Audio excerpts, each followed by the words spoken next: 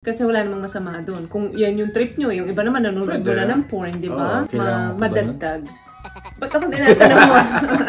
Ewan ko sa'yo, bahala ka. Hindi na ba siguro? Oo, kasi malibog na to eh. Maitim ba skin? Underarm at singit mo? K-Skin ang bahala sa'yo. Premium ang ingredients, paraben-free and sulfate-free, and FDA-approved, kaya safe for everyone. With K-Skin, ibalik ang alindog mo. Huwag nang magpahuli. Hi guys! Welcome back to our channel! So, andito na naman kami ni Mister. And for today's video, concern na naman to, no? Ng isa sa mga subscriber natin. Mga question na naman. Yes, na gusto naming sagutin. So, sabi niya, Ma'am and Sir, as a couple, can you share your thoughts being open to each other regarding the curiosity of the past relationship? Do you guys ask each other sa mga ginagawa ng past nyo before? Sizes, etc.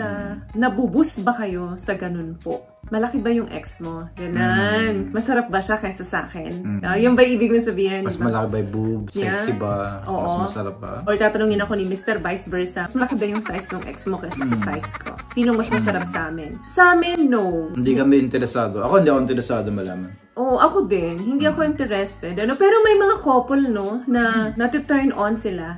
Pag nag-uusap sila ng, halimbawa sa tayong dalawa, tayo yung present, then napag-uusapan yung mga performance dati, yung mga past relationship namin, nati-turn on sila. May mga ganun po na couple, ano. At walang masama doon. Kanya-kanya naman tayo ng mga preferences eh. Pero sa amin ni partner kasi, hindi natin napag-usapan. Yeah, never. Hindi namin secure naman tayo eh. Kasi minsan... Hindi naman ibig sabihin na napag-usapan yun is hindi na secure. The thing is, possible na nati-turn on sila sa ganun. Doesn't matter kung ano ba, basta nagdadagdag yun ang kanilang desire, satisfaction.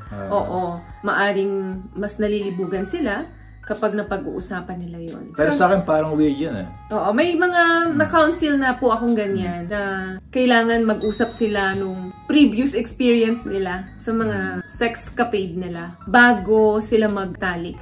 Kasi nagbubus nga, nakakadagdag ng libog nila. So ako, my part, naintindihan ko yun. Kasi wala namang masama doon. Kung yan yung trip nyo, yung iba naman nanonood mo na ng porn, di ba? Madagdag. Ba't ako tinatanong mo? Ewan ko sa'yo, bahala ka. Hindi na ba siguro? Oo, kasi malibog na to eh. Hindi naman, sakto lang. Huwag ka lang magpapakita ng mga braso-braso, yung mga likod-likod, mga weakness na yan eh. Kaya, delikado na ako noon. So, alam mo na, pagura na naman yan. Eh, minsan pa naman, pag mo pinagbibigyan ng asawa mo, ang init ng ulo, nagsusungit, mas masungit pa sa akin. Kaya dapat, kung ayaw mong mapagsamantalahan ka, magdamit ka ng maayos, magbalot ka. Pajamas na ganito. Pajamas. Katulad yan, suot ko ngayon dahil summer na dito ngayon. So, nagsusuot na ako ng mga spaghetti blouses. Delikado yan kay Mister. Pag turn off ng phone, naku, manununggab na yan. Sa mga couple, ingat din pag-share kasi baka mag-cause ng away, siloso. Diba? Naiwan pala sa isip ng mister ninyo o sa isip ng misis ninyo yung kwento ninyo. Mag-cause ng insecurities. Usually lalaki, di ba? Yeah, mas malaki ba yun kaysa sa akin?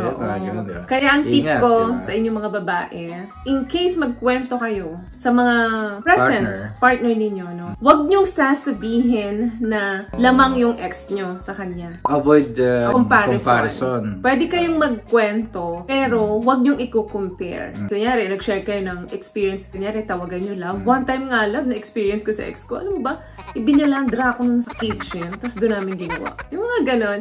Pero, huwag kang magkikwento ng malaking sa kanya. Di sabihin, pag sinabi mo yun, maliit yung sa present mo. What I love about this product, itong No More Dark Secret ng K-Skin, bukod sa may advanced whitening na siya, na kung saan pwede niyang matulungan na pumuti yung mga singit-singit mo, moisturizing, meron siyang anti-irritation, antibacterial, maintain healthy pH level. Hindi lang pambabae, meron din po tayong pang-lalaki. Kasi insecurities nila yan eh, tatamaan yung kanilang pagkalalaki dyan.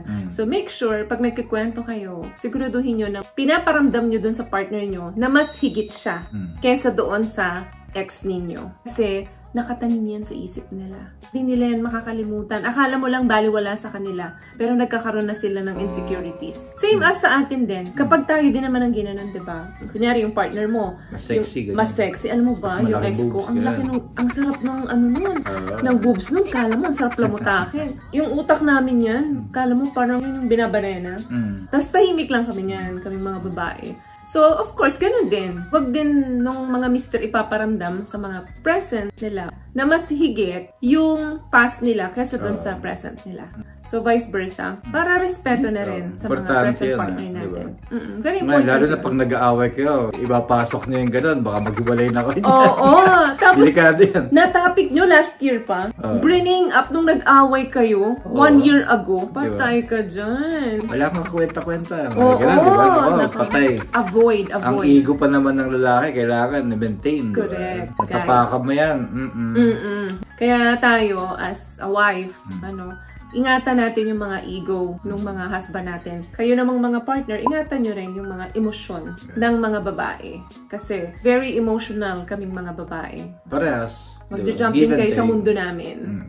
Okay? Ganon din kami sa inyo. So, give and take. Alam mo yung relationship, it's all about balance. Kapag nabalansin nyo yan at open ang communication nyo yan, lahat ng problem na darating sa inyo, mariresolve nyo ng mas maaga. Kaya lang naman tumatagal kasi yung problema sa relasyon, hindi pinag-uusapan. Patong-patong na. So, pag sumabog yun, wala na. End of the world na. End of the relationship na madalas. May decision na. So, yun lang guys. No? Hindi kami nagda-drop name. Yung curiosity, kapag na-curious kami, pinag-usapan namin, gawin kaya natin to. Nakita ko sa ganito, ginawa to, babe, oh. Tapos ganun din siya. Subukan ko to, ganitong stroke yung gagawin ko sa tinggil mo. Halimbawa, ganun. Bakit iba yung ano mo, kain mo kagabi? Eh, syempre, kailangan subukan ko yun eh. Kung saan ka comfortable. Gagawin ako ni Mister. So, ako open ako. Pag may changes, tatanungin ko kaagad siya. Bago yung kagabi ah. Akala ko nakatulog ka na eh. Akala ko nakatulog ka na. Bago yun ah. So niya, kasi gusto ko slow motion naman. Dapat open yung communication when it comes to sex, ano. Very important yan. So yun lang yung mga curiosity namin. Kapag meron kaming bago sigurong napanood niya, or ako naman nakita ko, i-share namin sa isa't isa yung thoughts namin, then gagawin namin. Pero hindi galing sa mga past. Avoid. O pwede mo namang gawin, baaring nasabi ni Mr. sa'yo. Di lang siya nag-drop name, pero sa past niya yon. So, okay lang yun kasi andun pa rin yung respect. Iningatan niya pa rin yung feelings ng partner niya na magbanggit ng past. Pero sa inyong gumagawa niyan, kung comfortable kayo dyan at sanay naman na kayo, wala namang problem, walang insecurities o walang away, arguments na nabubuo, it's okay. As long na nasasatisfy nyo yung inyong mga desire, yung mga thoughts ninyo, good yan. Okay? So, yun lamang guys ang video natin for today. See you again on our next video. Bye! Bye!